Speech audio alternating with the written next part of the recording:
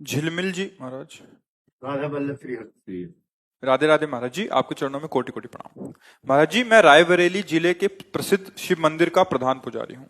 लोगों से सुना है कि शिव मंदिर का पुजारी अगले जन्म में कुत्ते की योनि में जाता है। जब नहीं से मैं उसका, आपको हाँ हाँ, प्रतिदिन सुनता नहीं हूँ। उसका विषय से लोगों से नहीं, वाल्मीकि रामायण में लिखा हुआ है कि एक बार जो है एक ब्राह्मण देवता बड़े तपस्वी, वाल्मीकि रामायण में हमने स्वयं स्वाध्याय में पढ़ा था बहुत वर्ष पहले। तो वो भिक्षा मांगने गए तो उनको भिक्षा में कुछ नहीं मिला, तो गुस्सा में आ रहे थे तो डंडा हाथ में था, एक कुत्ता पड़ा था तो उसकी खोपड़ी में दो चार डंडे जमा दिए। कुत्ते ने भगवान के दरबार में जाकर के कहा, प्रभु मेरी क्या गलती थी, मैं तो श्वान हूं, मार्ग में ही तो पड़ा रहूंगा ना। इन ब्राह्मण देवता ने बिना किसी कारण के मुझे चार पांच डंडे मारे, देखो मेरी खोपड़ी में। भगवान तो सब जीवों की भाषा जानते हैं ना। तो भगवान ने कहा मेरे दरबार में ब्राह्मणों को दंड नहीं दिया जाता, आप ही निश्चय करो कि इनको क्या दंड दें। तो उनका प्रभु यहाँ का जो बहुत श्रेष्ठ कलिंजर पर्वत है उसमें जो आश्रम है उसका इनको मांत बना दीजिए। बोले तुम तो दंड दे रहे हो या वरदान दे रहे हो? बोले प्रभु मैं पूर्व में महंत ही था, इसीलिए मैं आपको कह रहा हूं कि जब महंत बनेंगे ना और मनमानी आचरण करेंगे और भगवत अर्पित बिना किए जो भगवान के लिए आता है वो खाएंगे तो कुत्ता बनेंगे, तो हमारे जैसा इनको भी पता चलेगा कि श्वान योनि में कितना कष्ट होता है। इसका रहस्य आप समझ पाए? इसका रहस्य ये है कि जो भगवान के अर्पित करने के लिए आता है वो आप शिव मंदिर की केवल बात नहीं है, किसी भी मंदिर की बात है। ब्रज के भक्तों में चरित्र आता है। एक दिन एक विरक्त संत जो गुफा में भजन करते थे, क्योंकि जैसे गिरिराज जी है, नंदगांव है, बरसाना, यहाँ पर्वत हैं तो यहाँ गुफाएं भी हैं, संत जन एकांतिक भजन। तो वो भिक्षा मांग के आ रहे थे, पीछे से आवाज है, बाबा सुन, अगर मुझे थोड़ा टुकड़ा दे दे तो मेरी प्रेत योनि से मुक्ति हो जाए। तो ऐसे मुड़ के देखा तो कोई नहीं दिखाई दिया, एक कुत्ता दिखाई दिया, तो उन्हें लगा शायद ऐसे कानून। फिर बाबा सुनो ना आए, तो फिर मुड़ के देखा कौन हो तुम? तब बोले कि ये जो मैं कुत्ता रूप दिखाई दे रहा हूं मैं नंदालय का पुजारी हूं। तो उनका प्रभु आप तो भगवत पार्षद हैं, आपकी ऐसी कैसे? तो उनका लाला के लिए अमनिया आता था, बिना भोग लगाए हमने उसको प्रयोग किया, तो उसके दंड में अगर आप अपनी जूठन करके दे देंगे तो अभी मैं मुक्त हो। तो बोले भैया यदि तुम्हें भगवत प्राप्ति हो रही है दोष से मुक्त, तुरंत जूठन करके उन्होंने दे दी। बात यहां समझनी, शिव मंदिर ही नहीं किसी भी मंदिर में आपके पास शिव जी के लिए जो कुछ आया है आप उनको अर्पित कर दिए, इसके बाद जो प्रसाद रूप से आप सेवन करते कभी आपकी दुर्गति नहीं हो सकती। लेकिन आया मानो जैसे जो भी वस्तु आई वो आप उसे अपने प्रयोग में बिना स्वामी को अर्पित किए, फिर वो अपराध बन जाएगा। ऐसा नहीं है, हम उन्हीं के उपासक रहे हैं, उन्हीं के आए मुक्ति तो अरे मुक्ति तुम यार, बहुत शिवलिंग है। अरे उनकी बात जाने दो, हम कह रहे तुम अंगूठे में ऐसे भावना करके करो अभिषेक मुक्ति हो जाएगी। शिव भावना तो करो तुम, बालू की शिवलिंग नहीं बनाया जाता। अरे यार कभी ऐसी बातों में, हाँ बात उसको अंतर की बात समझना। अगर भगवत अर्पित करने के लिए मानो हम कह रहे हैं किसी ने अमुक अमुक सामग्री दी जो भगवान के सामने अर्पित कर दी, और इसके बाद जो हम प्रसाद रूप से सेवन कर रहे हैं फिर उससे कहीं कोई ऐसी, हाँ अब हम भगवान के लिए आया, लिंग पे चढ़ा हुआ नहीं खाना चाहिए।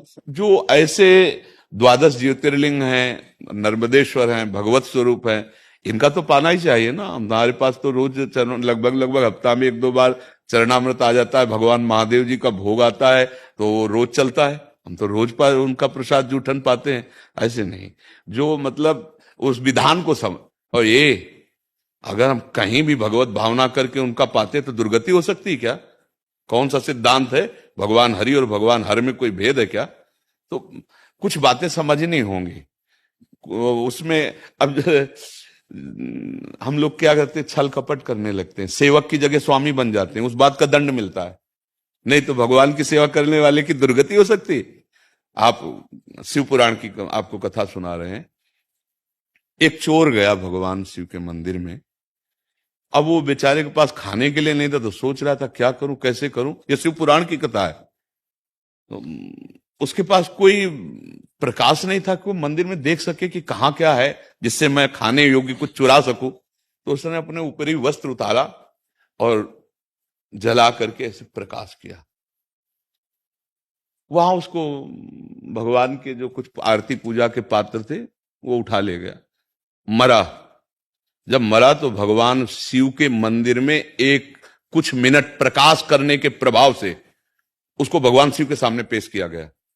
यमराज ने भगवान शिव के सामने कि आपके मंदिर केवल इतने पुण्य, वो पुण्य नहीं है, वो तो चोरी के लिए प्रकाश। वही कुबेर बना, पढ़ के देख लेना, शिव पुराण में लिखा है।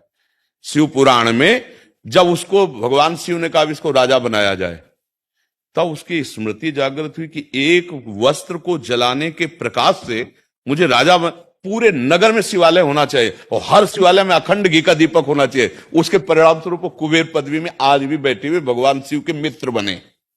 यार, भगवान शंकर जैसा उदार दाता और उसकी सेवा करने वाला नरक को प्राप्त कुत्ता बने। कहाँ की बातें पढ़ ली, किससे सुन ली? अब जब बातें रहस्य में नहीं आ रही, हम फिर भी कह रहे स्वामी नहीं बनना है।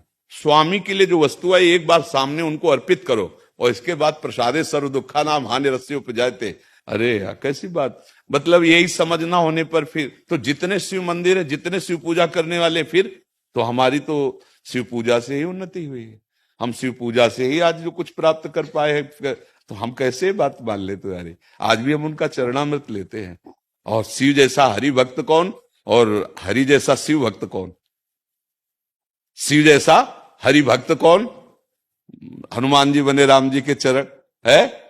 देखो, गंगा धारण किए हुए तो श्री कृष्ण का चरणामृत तो है ना, और भगवान हरि रामेश्वर की स्थापना कर रहे हैं और वो कह रहे हमारे गुरु है, ये हमारे इष्ट है। इसलिए भाई, व्यर्थ की कल्पनात्मक बातों में नहीं जाना चाहिए। जो शास्त्र में लिखा है उसका कुछ रहस्य होता है, वो बिना भजन के नहीं समझ में आता है। शास्त्र तिजोरी है और जहां तिजोरी होती है वहां भूल भुलैया के कई मार्ग रखे जाते हैं कि वहां तक असली आदमी पहुंच पावे, नकली ना पहुंच पावे। तो शास्त्रों का रहस्य बिना तत्वबोध हुए या भजन किए नहीं समझा जा सकता। उसमें लिखा है उत्तर की तरफ, लेकिन घूम के वहीं से पश्चिम की तरफ जाना है तब वस्तु मिलेगी। अब वो अनुभवी है नहीं तो उत्तर की बात केवल करता रहेगा, पश्चिम को मुड़ने वाली पता ही नहीं।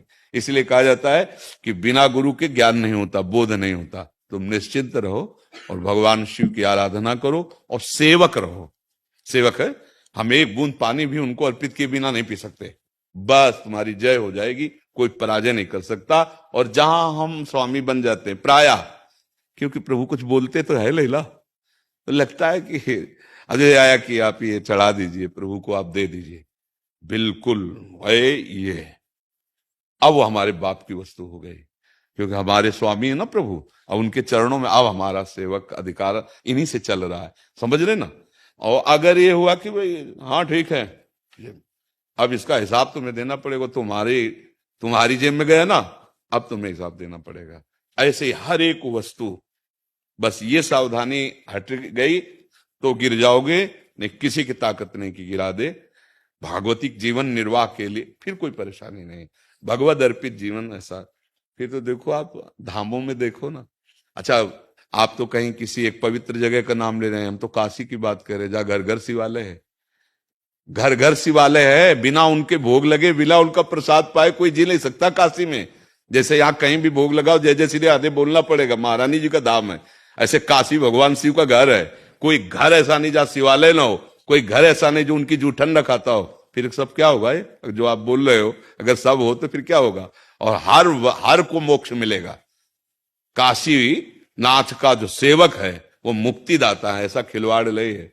और ऑर्डर डाले यार, एक चुल्लू जल में बिक जाने वाले महादेव जी है, उनके सेवक को भय हो कि हमारी मुक्ति होगी कि नहीं, क्या होगा कि नहीं, ऐसा नहीं सोचते।